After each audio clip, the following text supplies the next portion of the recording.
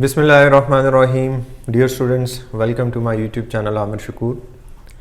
आज हमारा FA2 का जो मॉक डिस्कशन चल रही थी, जो लास्ट हमारी वीडियो अपलोड हुई थी, उसी का आज हम सेकंड पार्ट करने लगे हैं। लास्ट पार्ट में हमने पहले 23 क्वेश्चंस देखे थे। आज की हम इस वीडियो में कोशिश करेंगे कि हम अपना ये मॉक कंप्लीट कर लें। मूव करते हैं क्वेश्चन नंबर 24, जो कि इस सेकेंड पार्ट का पहला सवाल है। कहते हैं B has recorded motor expense of 10,000 paid on 1 January 20XX in his motor vehicle account. आपने एक्सपेंस को क्या बना दिया? एसेट बना दिया। B charges depreciation of 20% on the straight line basis. What impact will the error have on B's statement of profit and loss for 20XX if the error is not corrected? देखिए, not को highlight किया हुआ है examiner ने। उसने कहा अगर आप इस एरर को करेक्ट नहीं करेंगे तो क्या इम्पैक्ट आएगा। देखिए, आपने एक्सपेंस बनाना था 10,000, आपने क्या किया? आपने एक्सपेंस बना दिया 2,000। अब ये सवाल यहाँ पे ये बनता है कि ये 2,000 कौन सा एक्सपेंस है? तो जब आपने एक्सपेंस को एसेट बनाया तो उस एसेट की आपने डेप्रिसिएशन चार्ज की, जो कितनी थी? 20%। तो 10,000 का 20% कितना होता है? 2,000। आपने एक्सपेंस बनाना था 10,000, आपने एक्सपेंस बनाया 2,000। तो अब क्या हुआ कि आपने एक्सपेंस कितना कम बनाया? आपने 8,000 एक्सपेंस कम बनाया। तो जब आपने 8,000 एक्सपेंस कम बनाया तो आपका प्रॉफिट कितने से ओवरस्टेट हो जाएगा? अगर हम इस एरर को करेक्ट नहीं करेंगे तो हमारा प्रॉफिट ओवरस्टेट हो जाएगा बाय 8,000। नेक्स्ट मूव करते हैं क्वेश्चन नंबर 25 के ऊपर। Question number 25, Which of the following costs should be classified as capital expenditure? Capital expenditure means non-current asset and revenue expenditure mean expense. The cost of redecorating some of administration office, redecoration is your expense. यह आपका capital expenditure नहीं हो सकता। Legal fee on the acquisition of a factory, legal fee आपके asset की cost में add होगी। The cost of roof repair हमेशा क्या होता है? रेवेन्यू होता है। और एनुअल डेप्रिसिएशन भी क्या है? एक्सपेंस है। तो कितने एक्सपेंस हैं?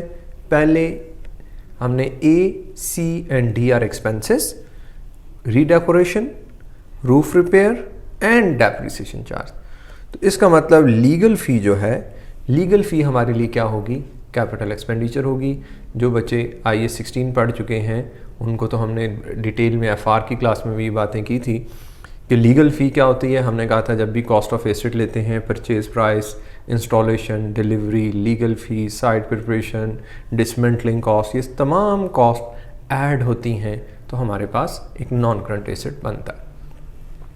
नेक्स्ट मूव करते हैं जी क्वेश्चन नंबर 26 के ऊपर। कहते हैं D started trading on 1 October 20X0 and is registered for sale tax. In the 3 months ended 31st December 20X2, D sold $275,000 worth of goods and bought $154,000 worth of goods. All the goods were inclusive of sale tax at 10%. Both prices जो हमें given है, दोनों prices क्या हैं? ये inclusive of tax है। इसका मतलब क्या कि इसमें टैक्स ऑलरेडी शामिल है। तो हमें पता है कि हमने परचेजेस कितनी की हैं जी? 154 की। 154,000 डिवाइडेड बाय 110 मल्टीप्लाई बाय 10, ये हमारे पास टैक्स आ गया ऑन परचेजेस। और परचेजेस के ऊपर टैक्स क्या होता है? डेबिट होता है। तो 275,000 डिवाइडेड बाय 110 मल्टीप्लाई बाय 10, तो ये जो बैलेंस आ गया ये हमारे पास क्रेडिट बैलेंस है। मैं चेक कर लेता हूँ, आप भी कैलकुलेट कर लें। 154,000 डिवाइडेड बाय 110 मल्टीप्लाई बाय 10, तो 14,000 डेबिट मेरे पास आ रहा है। आपने भी चेक कर लिया होगा। इसी तरह 275,000 डिवाइडेड बाय 110 मल्टीप्लाई बाय 10, तो आंसर आ गया 25,000। तो अब सेल्स के ऊपर जो टैक्स है वो कितना है 25,000 और परचेजेस पे जो टैक्स है वो है 14,000। तो कहता है लाइबिलिटी कितनी है, हम इसे नेट करेंगे, 25 में से 14 माइनस कर दें तो आपके पास आंसर आ जाएगा, आंसर विल बी 11,000। आपने एग्ज़ाम में, जिस तरह मैं क्योंकि लिख रहा हूँ ख़ुद से तो मैं कॉमा डाल देता हूँ, बट एग्ज़ाम में आप ऐसा नहीं करेंगे, क्योंकि इस पे भी मैंने एक वीडियो बनाई थी कि हम ऐसे एरर्स जो बड़े कॉमन से और जो शायद हम सोचते भी नहीं हैं कि वो एरर है, वो एग्ज़ाम में हमारा क्वेश्चन गलत हो जाता है कि जहाँ हम कोई कॉमा डाल दें, कोई नेगेटिव के लिए ब्रैकेट का साइन यूज़ कर लें या नेगेटिव लगा दें, तो इस तरह की चीज़ें भी हमारे क्वेश्चन को गलत कर सकती हैं। तो आपने ये छोटी छोटी चीज़ें हमेशा याद रखनी है। नेक्स्ट मूव करते हैं क्वेश्चन नंबर 27 पे। कहता on 1 January Robert started his business. During the year, credit sales were $125,000, 43% of which remain unpaid at the year end, which means 43% of sales are receivables. Unpaid means ये वो balance है जो हमने receive नहीं किया, तो अगर आपने रिसीव नहीं किया तो वो आपके लिए क्या है, रिसीवेबल्स है। At the year end, Robert wants to write off irrecoverable debts of 19987. These are irrecoverable debts or bad debts, and create an allowance for receivables equivalent to 4% of the remaining value of the remaining value. यहाँ पे देखें important बात क्या है, remaining value of the trade receivables. What is the net trade receivables on 31st December? 31st December year नहीं है तो हमने टू द नियरेस्ट डॉलर बताना है, तो बिल्कुल हम बता देंगे। हमारी सेल्स कितनी थी, 125,000 की। रिसीवेबल्स कितने हैं, इसका 43%, तो इसका मतलब रिसीवेबल्स कितने थे, मैं जल्दी से कैलकुलेट कर लें, 1 तो ये आ गए जी 53,750। These are the receivables. अब इसके बाद उसने कहा हमने कुछ ऐसा बैलेंस है जिसे क्या करना है, राइट ऑफ करना है। राइट ऑफ कितना करना है जी, 19987, इसमें से हमने माइनस कर दिया 19987, तो हमारे पास आंसर आ गया 33,763। अच्छा, हमने क्या बताना है, नेट वैल्यू। नेट वैल्यू कैसे पता चलती है, जब हम उसमें से क्लोजिंग अलाउंस भी माइनस कर दें। तो अब इसमें से हम 4% लेस करेंगे, तो अब जो हमारे पास 96% वैल्यू आएगी वो 96% वैल्यू इज़ नेट रिसीवेबल्स। तो कैसे निकालूं, मैं डायरेक्ट इस वैल्यू जो 33,763 आपको स्क्रीन पे नज़र आ रही है, इसको मैं मल्टीप्लाई कर देता हूँ 0.96 से, या इसका मैं 96% ले लेता हूँ, तो ये मेरे पास आ रही है 32,412.48। तो नियरेस्ट डॉलर्स मीन 32412। बिल्कुल सिंपल सा क्वेश्चन था। इसमें हमने क्या निकाला, इसमें हमने नेट रिसीवेबल्स निकाले। सेल्स गिवन थी, हमने 43% लिया, वो 43% हमारे लिए क्या बन गई, रिसीवेबल्स। रिसीवेबल्स में से जो राइट ऑफ हुए हैं हमने उसकी डबल एंट्री क्या पढ़ी थी, debit irrecoverable date expense, credit receivables. तो रिसीवेबल्स को रिड्यूस किया, माइनस किया, तो अब हमारे पास रिमेनिंग रिसीवेबल्स थे 33,763। आप देखें एग्जामिनर ने आपको ये ऑप्शन भी दिया हुआ था कि कुछ बच्चों ने 33,763 का ऑप्शन ए ऑप्शन सेलेक्ट कर लिया होगा। तो हमें पता है कि नेट रिसीवेबल्स ये नहीं होते, ये ग्रॉस रिसीवेबल्स हैं। नेट रिसीवेबल्स के लिए हम अलाउंस भी लेस करेंगे, और अलाउंस कितना था, अलाउंस 4% था। जब आपने 4% लेस किया तो आपके पास जो बाकी 96% वैल्यू आ रही है वो वैल्यू कितनी है, 32412। नेक्स्ट मूव करते हैं क्वेश्चन नंबर 28 की तरफ। Which of the following should be included in the initial cost of property plant and equipment according to IAS 16 property plant and equipments. Purchase price, yes. Maintenance cost, no. Installation cost, yes. Management overheads, no. तो कौन सी दो बातें ठीक हैं?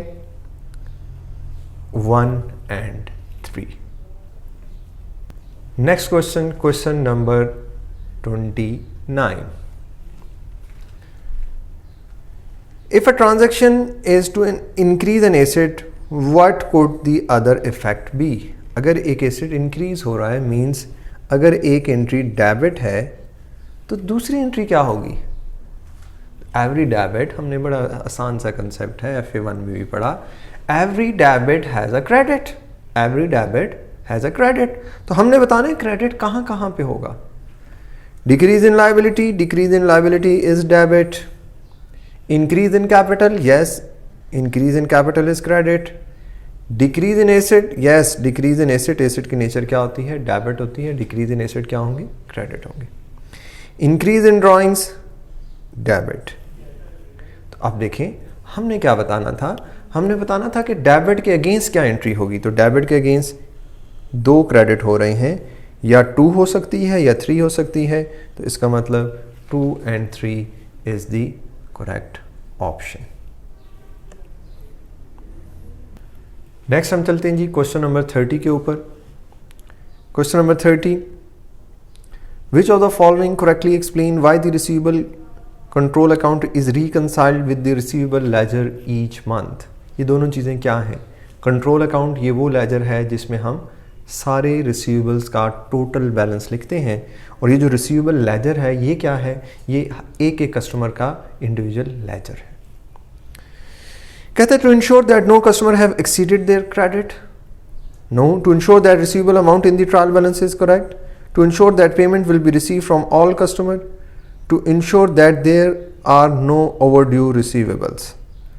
तो हम ये देखने के लिए कि जो हमारी अमाउंट है दोनों में डिफरेंस तो नहीं आ रहा, दोनों अमाउंट ठीक हैं कि नहीं, क्योंकि हम बाकी चीज़ें हम आपने पढ़ा था एज रिसीवेबल एनालिसिस देखते हैं, जिसमें हम देखते हैं पुराने कौन से हैं, कितना ओवरड्यू कितना हो चुका है, हम वो रिसीवेबल एज रिसीवेबल एनालिसिस करते हैं. तो यहाँ पे हम क्या देखेंगे कि हम यहाँ पे गलतियाँ देखते हैं कि ये दोनों बैलेंसेस सेम होने चाहिए. अगर सेम नहीं आ रहे तो कोई एरर हुआ है, ताकि हम ठीक करें और हम सही वैल्यू अपनी फाइनेंशियल स्टेटमेंट्स में लिखें.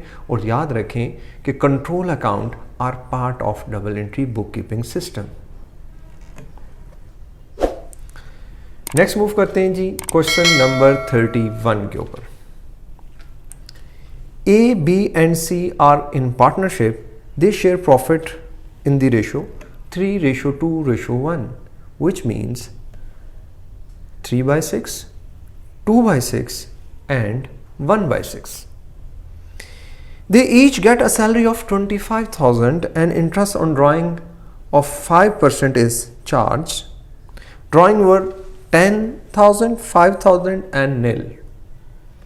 Profit for the year was 255,680. What amount will be credited to A account as share of residual profit? देखिए अभी मैं इसको कैलकुलेट भी करेंगे हम.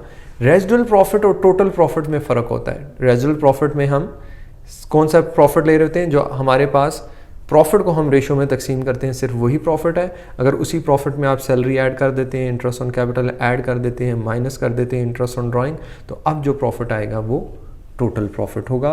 तो इस सिनेरियो में उसने हमसे टोटल प्रॉफिट नहीं पूछा, इसमें उसने हमसे क्या पूछा है? इसमें उसने हमसे रेजिडुअल प्रॉफिट पूछा है. किसका पूछा है? ए का पूछा है. तो हमारे पास कितने पार्टनर्स हैं? ए, बी एंड सी. ये हमारे पास आ गया टोटल.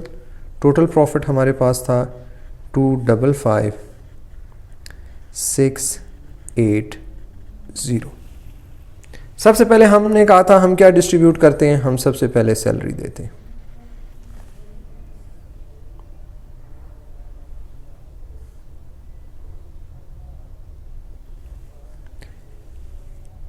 सबकी सैलरी कितनी है? 25. मैं 3 0 नहीं लिख रहा, इधर लिख देता हूँ. तो इसका मतलब हमने 75,000 डिस्ट्रीब्यूट कर दिया. देन हमने इंटरेस्ट ऑन ड्राइंग्स चार्ज करना है कितना, 5%. 5% ऑफ व्हाट, 5% ऑफ 10,000, 5% ऑफ 5,000. तो 10,000 का 5% कितना होता है,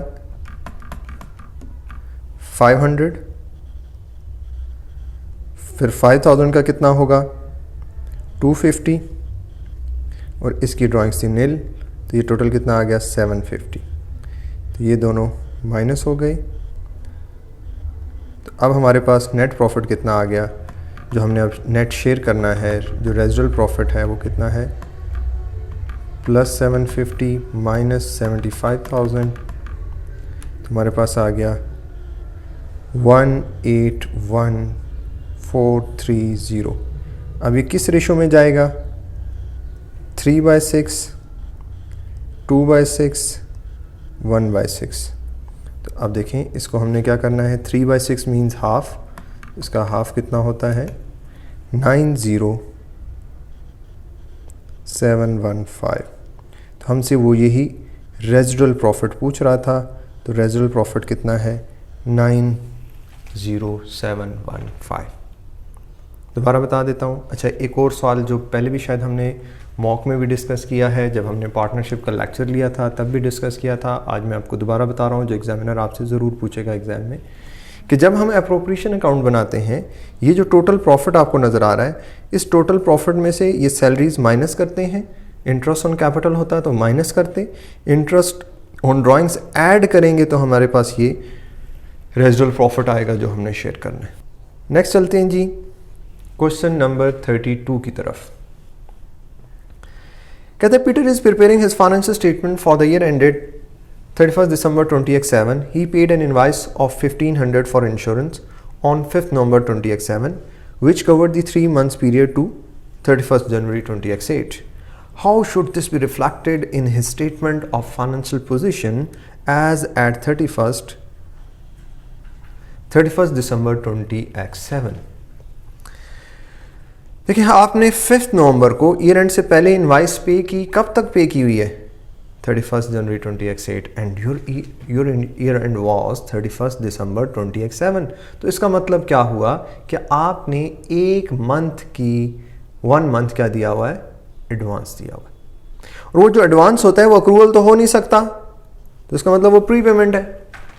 तो अगर आपको ये पता चल गया कि वो प्री पेमेंट है, या तो वो बी ऑप्शन है या वो सी ऑप्शन है, तो हम कैसे फाइंड कर सकते हैं, 1,500 कितने टाइम का है जी, 3 मंथ्स का, तो 1 मंथ का कितना होगा, 500. 1 मंथ का कितना होगा. नेक्स्ट मूव करते हैं. कहता है a credit sale, question number 33. A credit sale has been recorded as follows. Debit purchases, credit sales. तो हमने क्या एंट्री रिकॉर्ड करनी थी, हमने रिकॉर्ड करनी थी डेबिट रिसीवेबल्स,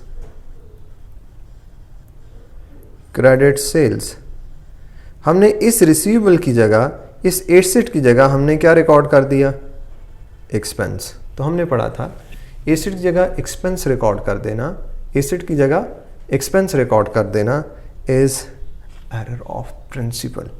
देखते हैं क्या ऐसी ऑप्शन हमें एग्जामिनर ने दी है. Yes. Error of single entry no, error of principle yes. Error of commission क्या होता, जब मैं एक एक्सपेंस की जगह कोई दूसरा एक्सपेंस रिकॉर्ड करता, या एक एसेट की जगह कोई दूसरा एसेट रिकॉर्ड करता, तो वो एरर ऑफ कमीशन होता. नेक्स्ट है जी एरर ऑफ ट्रांसपोजिशन, डिजिट की पोजीशन चेंज होती तो एरर ऑफ ट्रांसपोजिशन होता, तो ये एरर ऑफ ट्रांसपोजिशन भी नहीं है. Question number 34. Which of the following are true in relation to sales tax? Sale tax के बारे में क्या चीज़ ठीक है, देखते हैं क्या ठीक है. An entity is registered for sale tax, collect the sale tax on behalf of the tax authorities. Yes, जो भी रजिस्टर्ड बिजनेस हैं वो किसके बिहाफ पे टैक्स कलेक्ट करते हैं, टैक्सेशन अथॉरिटी के बिहाफ पे. Sale tax is born by the final consumer. Yes, and consumer ने, जिस तरह आजकल भी आप देख रहे हैं टैक्सेस बढ़ रहे हैं, सेल टैक्स बढ़ रहा है, वो किसको फर्क पड़ता है, वो एंड कंज्यूमर को फर्क पड़ रहा है. An entity registered for sale tax cannot reclaim the sale tax on its purchases and expenses. No, this statement is not true. हम reclaim कर सकते हैं क्योंकि हम registered हैं for sale tax. And consumer reclaim नहीं कर सकता क्योंकि वो registered नहीं होता.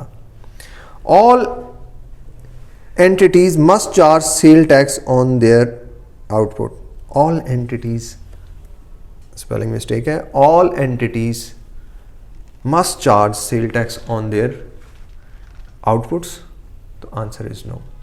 उसके लिए ज़रूरी क्या है, यहाँ पे लिखा होता ऑल रजिस्टर्ड एंटिटीज, तो वो सेल टैक्स मस्ट चार्ज करती। तो कौन सी दो बातें ठीक है, 1 and 2।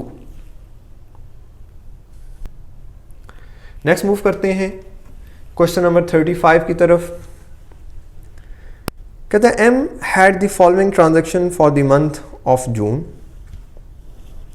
Sales 320,000, purchases 225,000,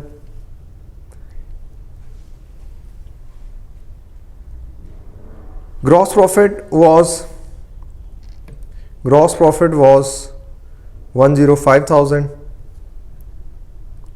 gross profit कितना है, 105,000, and inventory at the end of June was 28,000।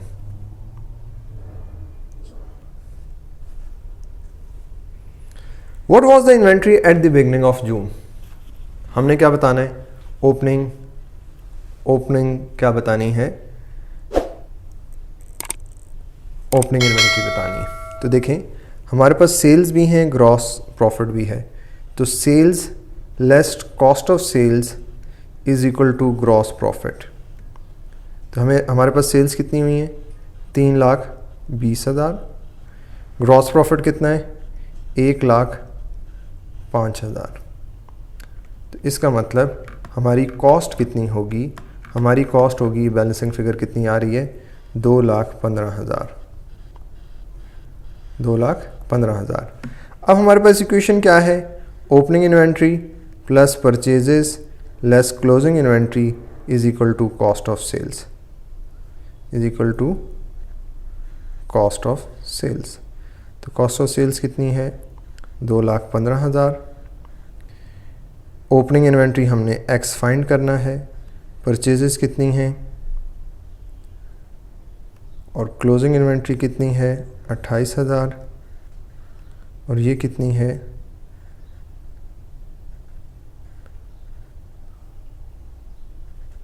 2,25,000। मैं अज्यूम कर रहा हूँ कि ये टाइपिंग एरर है, 000 है। तो अब देखिए हम इसे रीअरेंज कर लेते हैं। इक्वेशन की दूसरी साइड जाएगा तो ये क्या बन जाएगा, प्लस हो जाएगा और ये वैल्यू माइनस हो जाएगी।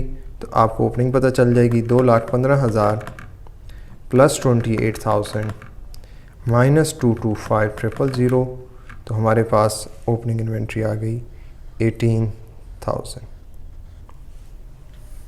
ठीक है, बिल्कुल सिंपल है ये। तो अब इस लेवल पे और मॉक डिस्कशंस में अब आपको ये बात समझ आ चुकी होगी कि किस तरह हम इक्वेशन की दूसरी साइड x किस तरह फाइंड करते हैं। जब भी दूसरी साइड पे जाएगी वैल्यू, जो प्लस होगी वो क्या हो जाएगी, माइनस हो जाएगी, और माइनस प्लस हो जाएगा।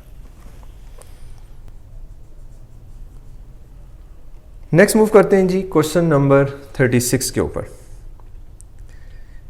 कहते हैं C made the following post trial balance adjustment as at 31 December 20x0, accruals, prepayments, depreciation, reduce allowance for receivable by 4,000।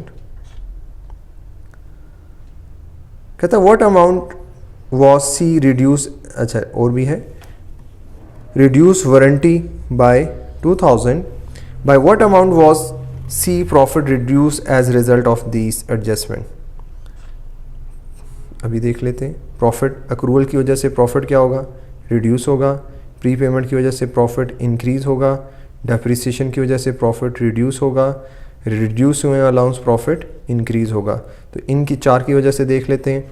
तो प्रॉफिट रिड्यूस हो रहा है बाय 15,000 और इंक्रीज हो रहा है बाय 13,000। तो इसका मतलब नेट कितने से हो रहा है जी, 2,000 से रिड्यूस हो रहा है। अगले पेज पे एक और बात भी थी, वो देख लेते हैं अगले पेज पे क्या है।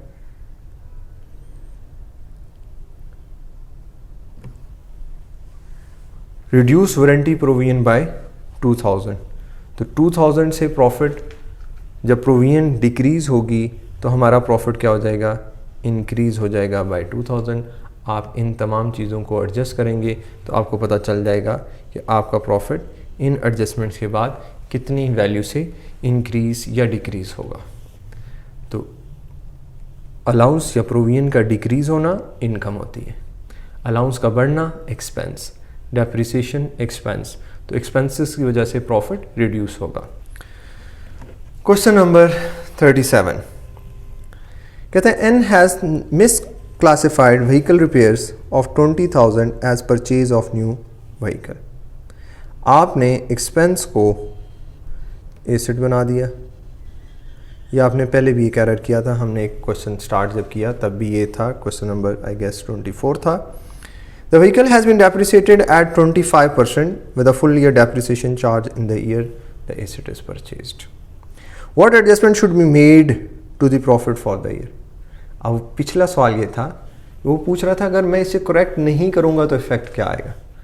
अब कह रहे हैं what adjustment should be made, कि मुझे एडजस्टमेंट कितने से करनी चाहिए। इधर देखें, मुझे एक्सपेंस कितना बनाना था 20,000, बट मैंने उसे एसेट बना दिया। एसेट बनाया तो मैंने एक्सपेंस कितना बनाया 5,000, क्योंकि उसकी डेप्रिसिएशन चार्ज की 25%, तो मैंने एक्सपेंस कितना बनाया, एक्सपेंस मुझे कितना बनाना चाहिए था 20,000, मैंने कितना बनाया 5,000।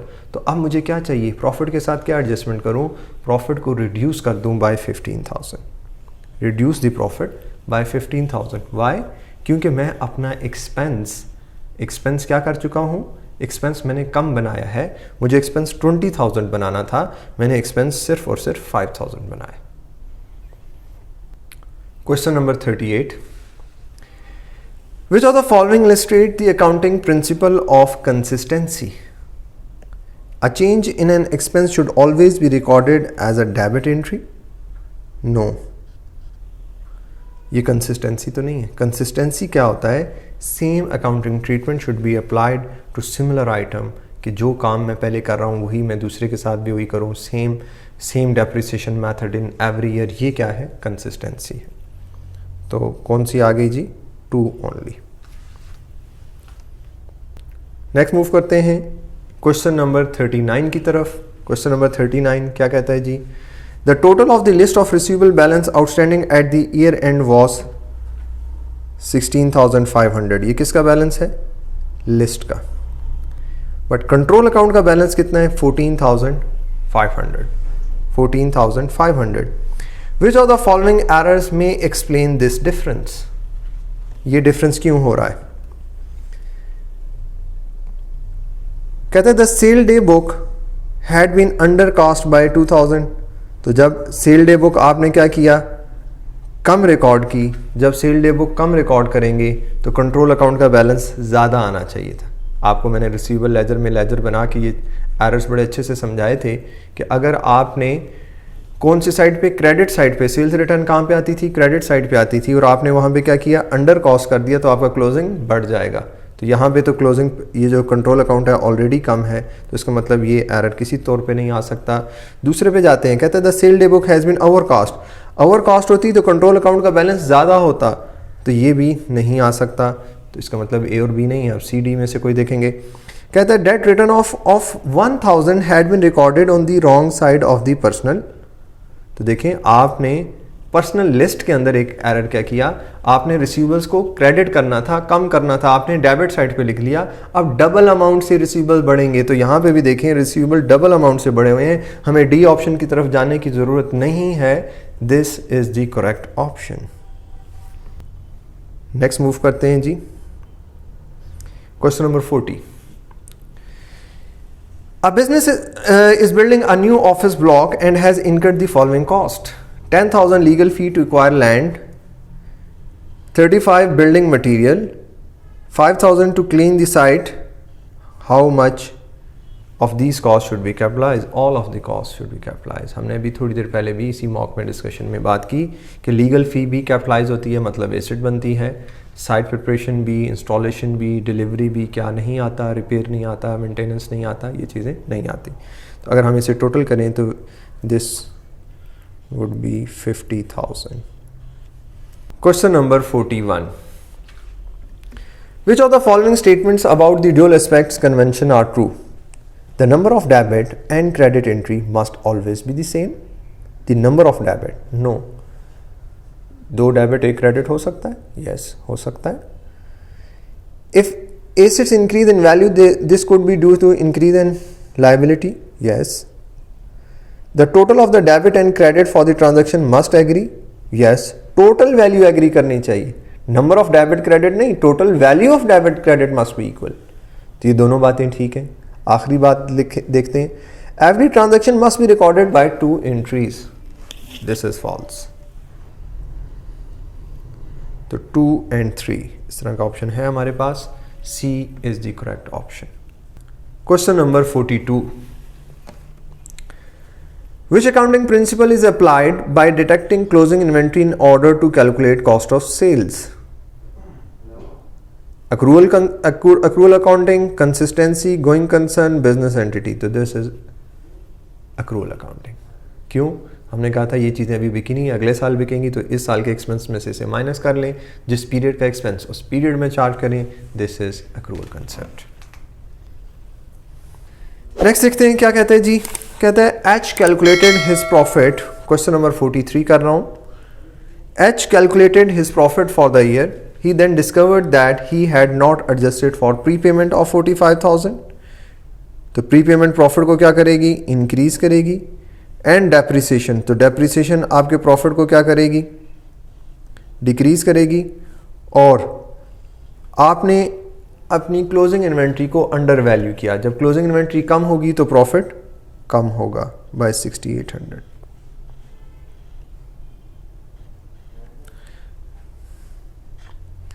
फिर क्या कहता है जी, हमें रिक्वायरमेंट क्या है? कहता है when these error are corrected what is the impact on profit. तो हम तीनों को क्या करेंगे? एडजस्ट कर लेंगे. आप वीडियो रिवाइंड करके देख सकते हैं कि हमने क्या कहा. प्रीपेमेंट प्रॉफिट को इंक्रीज करेगी और जो हमने क्लोजिंग इन्वेंट्री को क्या किया है? अंडर वैल्यू किया है. तो इसका मतलब हमने प्रॉफिट को कम किया है. तो जब हम इसे ठीक करेंगे तो हम प्रॉफिट को क्या कर देंगे? बढ़ा देंगे. Question number 44. Abraham has the following information relating to inventory and cost of assets. Opening inventory, closing inventory, cost of sales. What amount is for purchases? Again, बड़ा आसान, बहुत ही simple question. Opening plus purchases less closing is equal to cost of sales. Opening is 253,500 plus X minus 181,500 is equal to 68,4400. तो x इधर ही रहेगा, ये minus दूसरी side आके क्या हो जाएगा? प्लस हो जाएगा. और ये 253,500 है, ये उधर प्लस है तो इधर आके क्या हो जाएगा? माइनस हो जाएगा. तो आपके पास आंसर आ जाएगा.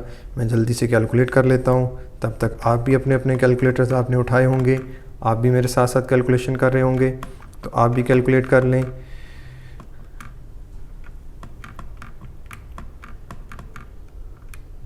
तो दिस इज 612400. परचेजेस कितनी आ गई? 612400. नेक्स्ट मूव करते हैं क्वेश्चन नंबर 45. कहते हैं Roger accounting year and is 30th June 2023. He rents out one of his shop to A who pay him 6 months in advance. He receives 600 rental income from A on 1st Feb 2023. तो देखें उसने 6 months के लिए Feb में लिए, Feb, मार्च, अप्रैल, मई, जून, जुलाई. तो उसने जुलाई तक पेमेंट रिसीव की हुई है, but year and is 30th June. तो एट 30th June उसने कितना एडवांस लिया हुआ है? 1 मंथ एडवांस लिया हुआ है. और जब आपने इनकम एडवांस ली हो तो वो आपकी लाइबिलिटी होती है. एक्सपेंस एडवांस पे किया हो तो वो आपका एसेट होता है. तो अब देख लेते हैं कितनी है जी. 6 मंथ्स की कितनी है? 600. तो 1 मंथ कितना है? 100. तो 1 मंथ की लाइबिलिटी आएगी